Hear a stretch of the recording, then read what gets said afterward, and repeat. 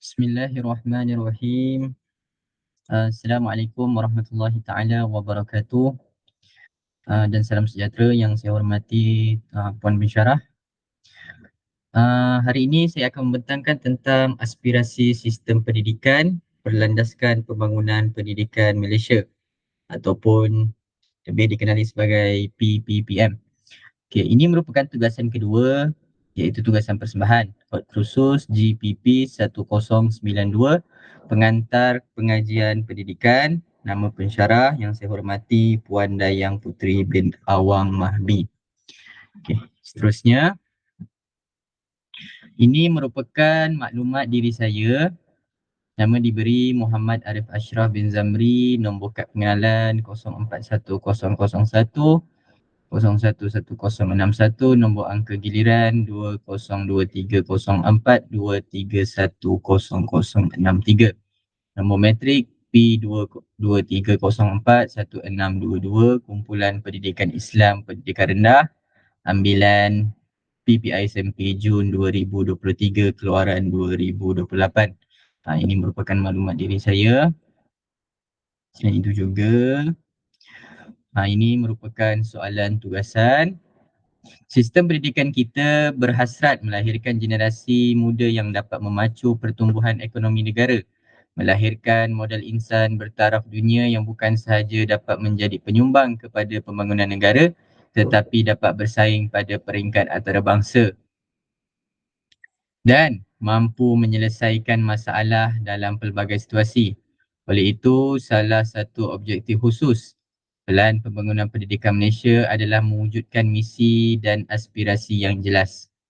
Anda dihendaki untuk menerangkan tentang aspirasi sistem pendidikan berlandaskan Pelan Pembangunan Pendidikan Malaysia serta implikasinya terhadap guru berjiwa pendidik melalui persembahan secara digital. Okey, ini merupakan soalan tugasan.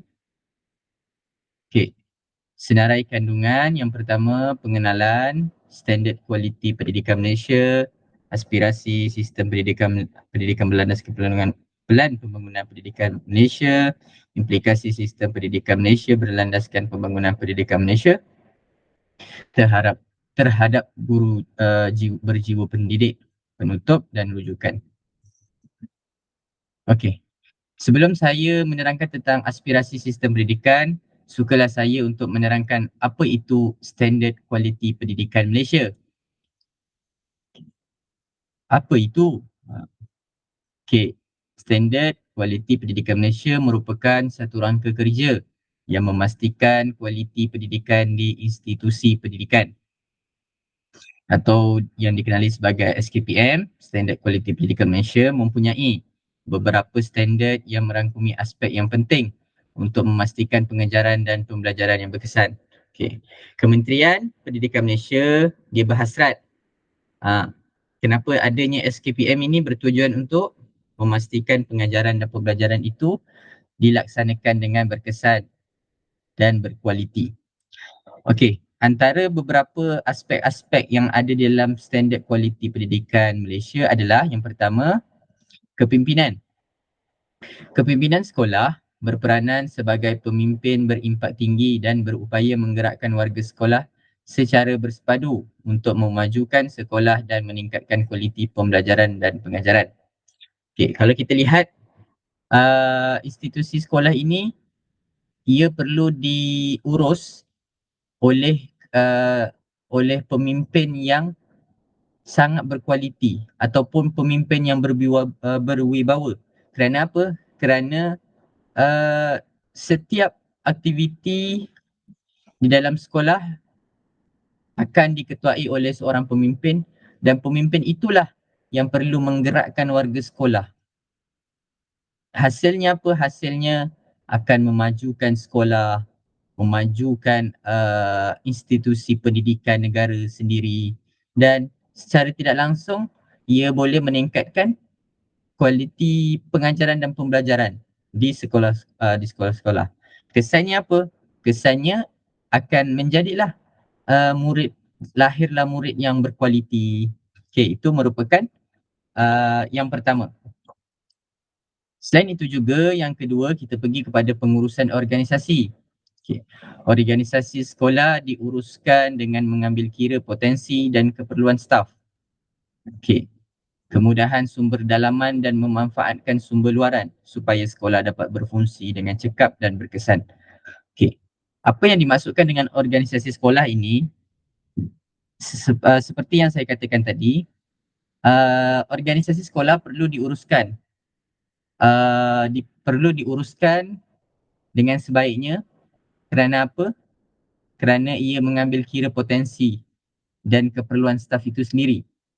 Kalau kita kalau kita lihat, jika staf itu terlebih, ia merupakan satu yang tidak baik, dan kalau kurang juga staf di suatu organisasi sekolah, ia pun merupakan bukan satu perkara yang baik. Jadi kita perlu mengambil kira kecukupan staf yang ada untuk pengurusan sekolah.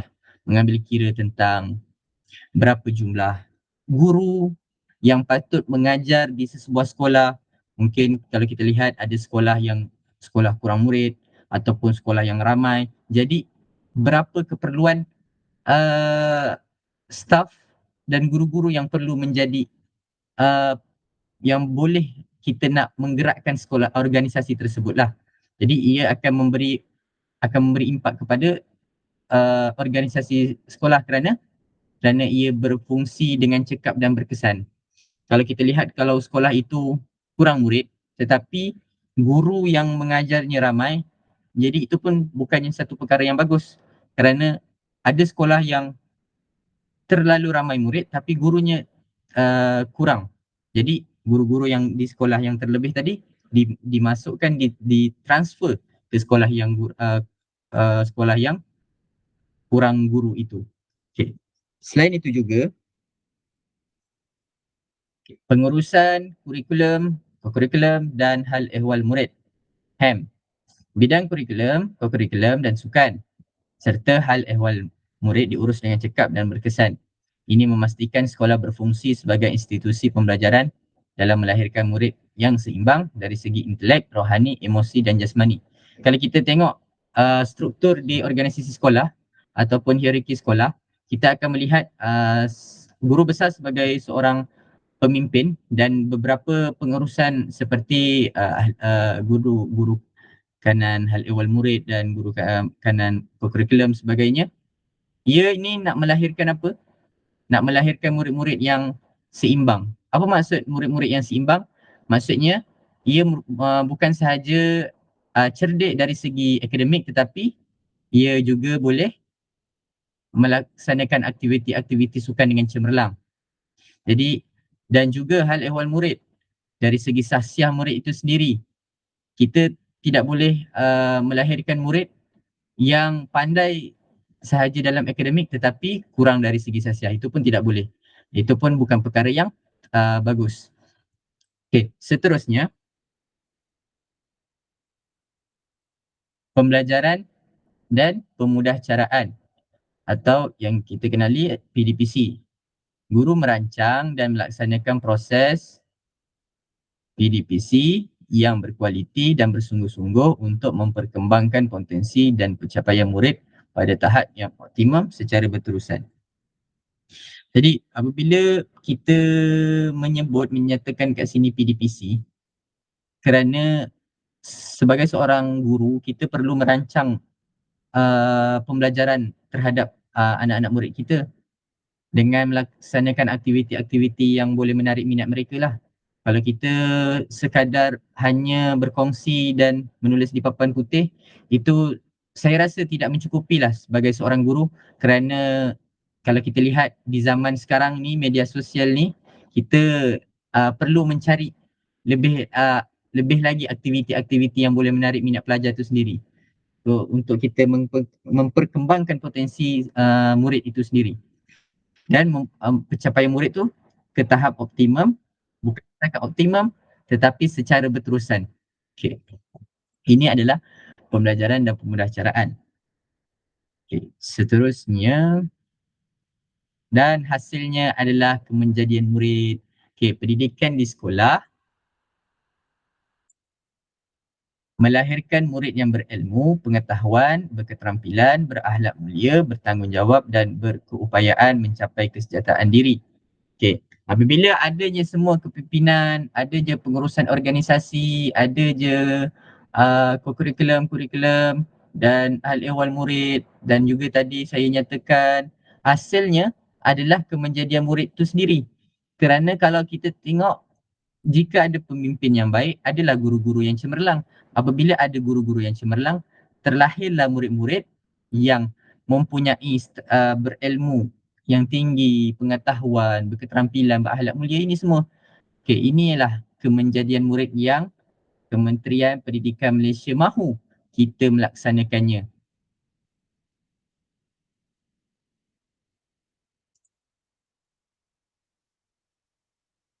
Okey, seterusnya kita masuk kepada aspirasi. Sebelum tu saya nak menerangkanlah secara jelas apa tu aspirasi. Okey. Pengertian aspirasi adalah suatu keinginan yang kuat atau cita-cita. Dalam pengertian yang lain, aspirasi adalah harapan perubahan yang lebih baik dengan tujuan untuk meraih keberhasilan di masa depan ataupun masa hadapan. Okey. Kalau kita senang je, aspirasi ni harapan lah. Okey.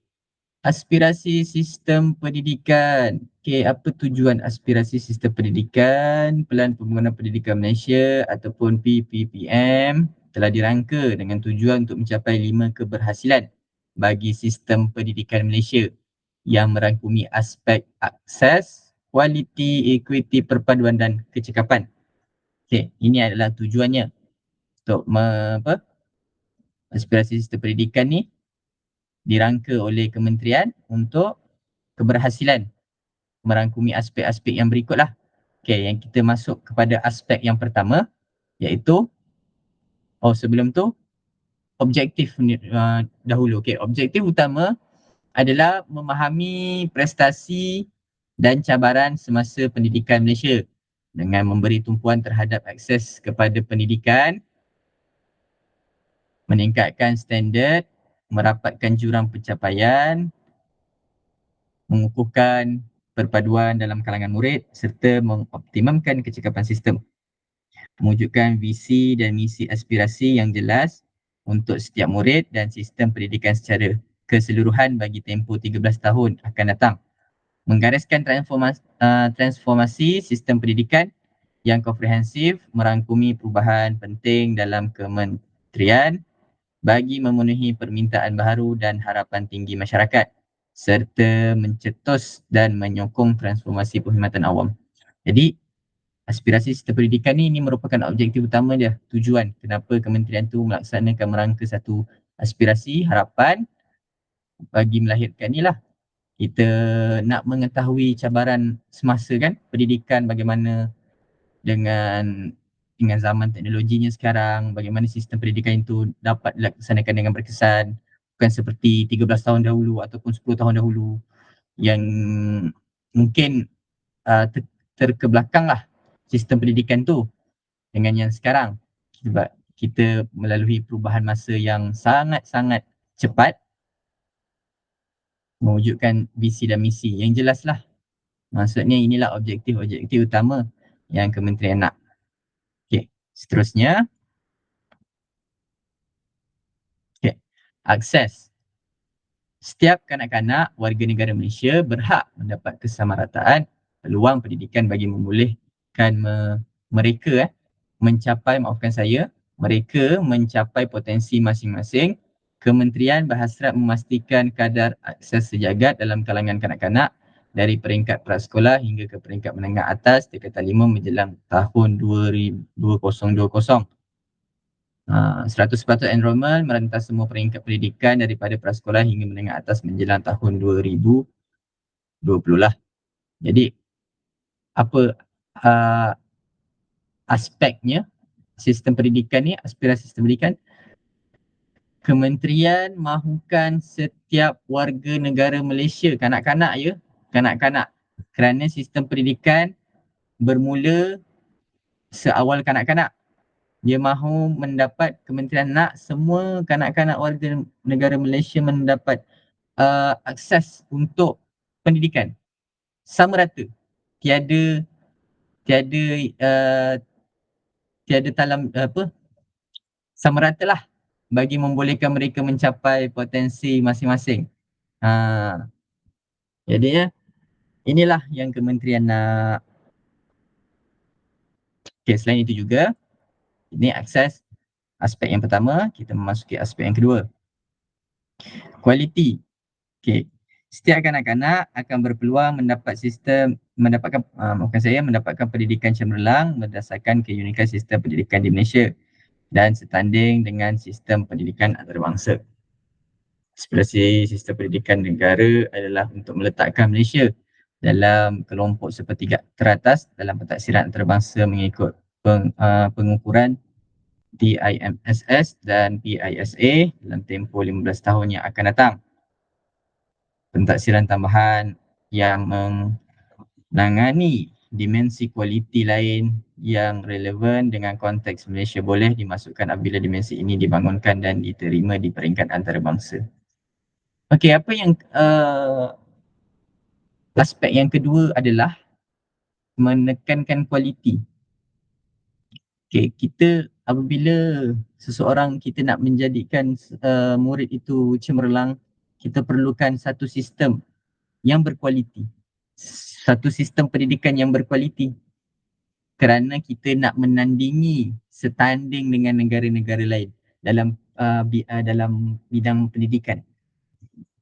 Kalau kita tengok negara-negara seperti negara Eropah ya, dia telah melaksanakan satu sistem pendidikan yang sangat berkualiti. Mungkin kita boleh meniru kepada kebaikan tentang sistem pendidikan mereka di sana. Kerana inilah Malaysia dalam kelompok sepertiga atas nak meletakkan Malaysia tu ke tahap yang sebegitu mengikut pengukuran TIMSS dan PISA ni. Okay. Selain itu juga equity sistem pendidikan berpotensi tinggi menyediakan pendidikan yang terbaik kepada setiap murid. Dia nak aspirasi sistem pendidikan adalah mampu menyediakan pendidikan yang terbaik kepada setiap murid tanpa mengira bangsa, agama, keturunan. Semua dapat pendidikan yang terbaik. Nak kerajaan Malaysia mampu menyediakan pendidikan yang terbaik kepada kanak-kanak yang belajar di sekolah lah. Ini merupakan aspirasi sistem pendidikan. Selain itu juga kita masuk kepada aspek yang berikut, perpaduan. Murid yang berumur antara 7 hingga 17 tahun menghabiskan lebih 1/4 daripada masa mereka di sekolah.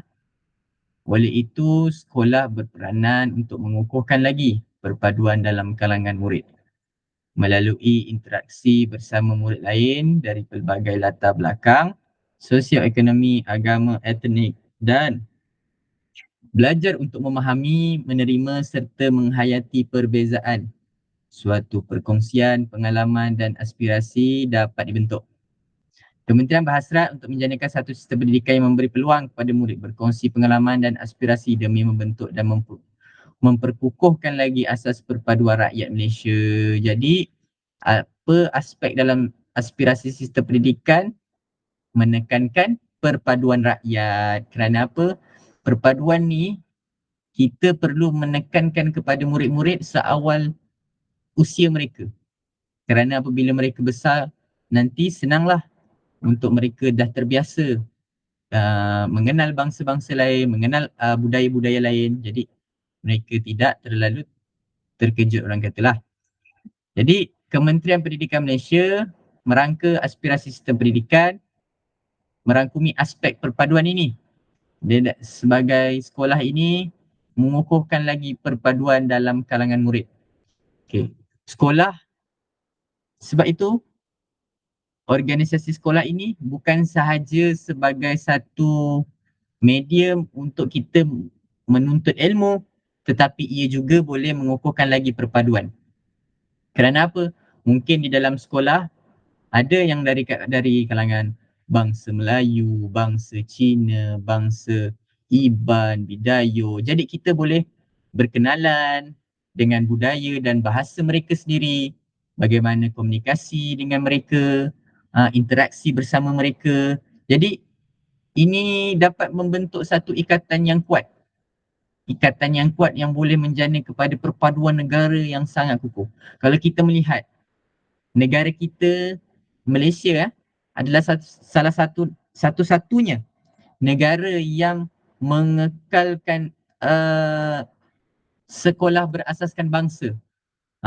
Jadi mungkin kalau sekolah berasaskan bangsa itu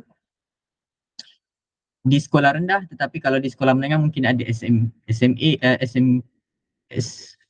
SM, betul lah, SMK kan, yang dapat di dalamnya bangsa-bangsa lain. Jadi itulah yang Kementerian Berhasrat untuk memberikan berkongsi pengalaman peluang kepada murid tersebut, dan ini serta dapat mengukuhkan lagi lah asas perpaduan rakyat Malaysia. Seterusnya,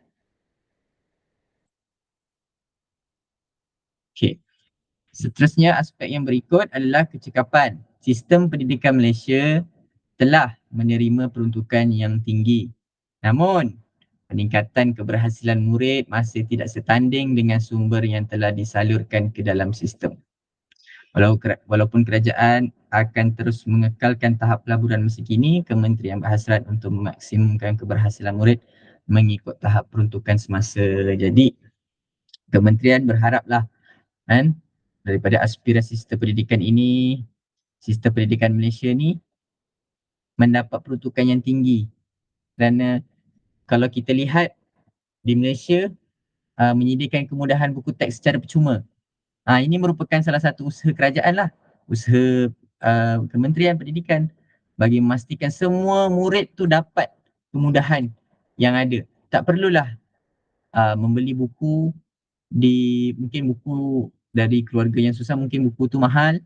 Jadi tak perlu. Jadi ini adalah salah satu kemudahan yang disediakan oleh kerajaan. Walau bagaimanapun,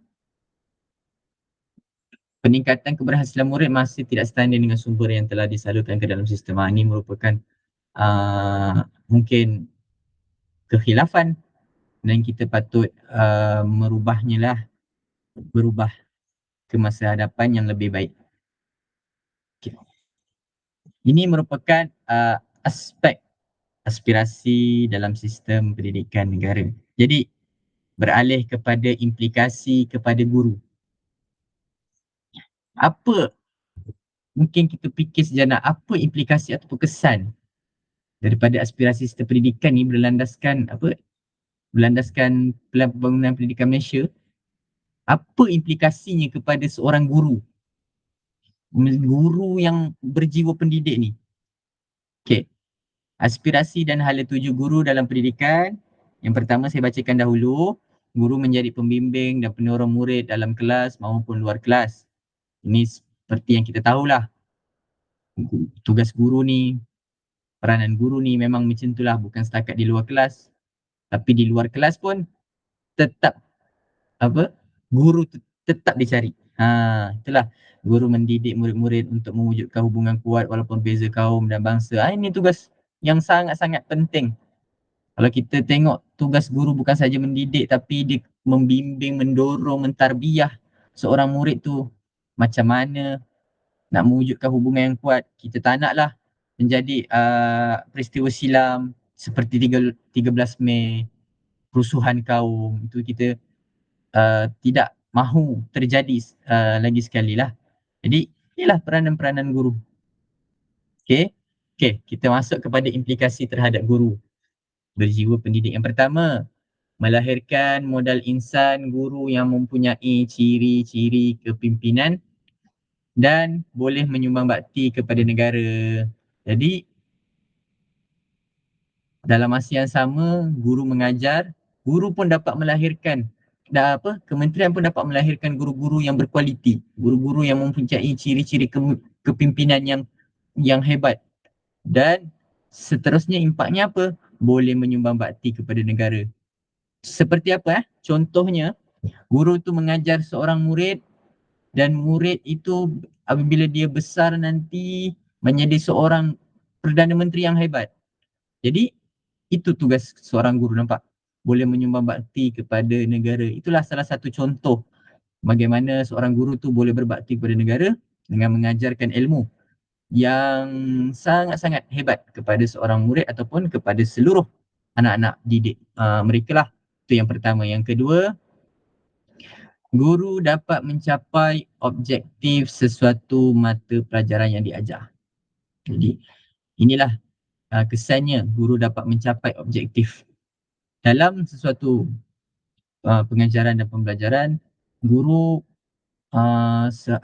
mesti meletakkan objektif kan.